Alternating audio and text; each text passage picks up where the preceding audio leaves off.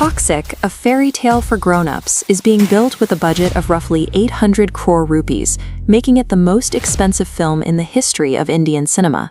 It's a period piece, taking place in the high-stakes, neon-lit underworld of 1940s Goa. To anchor a production of this scale, the makers secured Yash, the pan-Indian superstar who previously broke domestic box office records with the KGF franchise. But the film is currently without a release date. It was initially slated for March, then moved to June, before the entire timeline was scrapped in favor of an indefinite postponement. In India, the reaction was immediate. Fans and media outlets began speculating that the 800 crore budget had created a production crisis, with rumors surfacing of significant internal troubles and technical failures. Losing a release date for a film this large is usually a sign of disaster. But if we track the movements of the film's cast, a different, much larger strategy begins to emerge. While rumors of a production collapse were peaking at home, the film's lead actress was 5,000 miles away, attending the 2026 Cannes Film Festival on the French Riviera. Tara Sutaria used the festival to make her red carpet debut, appearing in a custom Vivienne Westwood corset gown paired with an emerald jewelry suite valued at $5 million.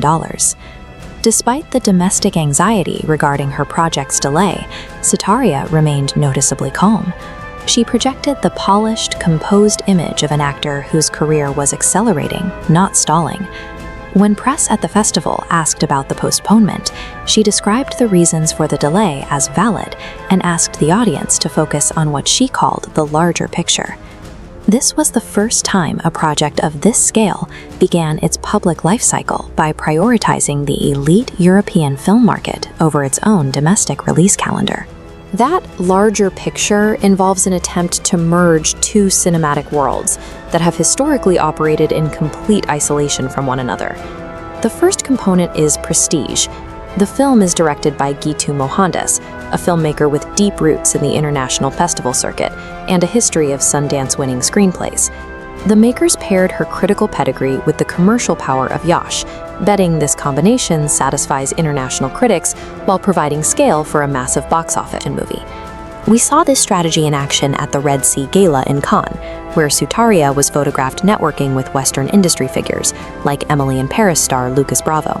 By placing Sutaria in these specific circles, the producers ensured the film's lead was being introduced to the global luxury and media industries that anchor major European film houses. But the actual reason the film was pulled from the calendar has less to do with the French Riviera and more to do with the business mechanics of Las Vegas.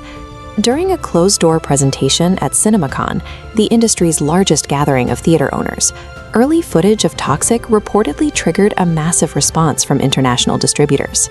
The producers realized their existing domestic rollout plan was too small to handle the level of global interest the film was generating. They needed time to build a massive distribution infrastructure, one that includes securing 3,000 screens in the United States and preparing simultaneous releases in English, Kannada, and multiple dubbed languages. The indefinite delay wasn't caused by a production failure. It was a tactical pause to align the film's release across every major global market at the same time. The assumption that Indian cinema occupies a separate, regional tier of the market is becoming harder to defend.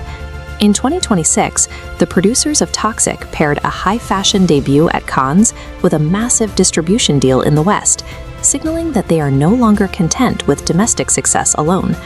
A 3,000-screen footprint means this film is no longer competing for a niche international audience. It is moving directly into the theatrical real estate, usually reserved for domestic summer blockbusters. This delay was the time required to move all the pieces into place. The producers didn't pull the film to hide it, they pulled it to prepare for a wider entry into the market.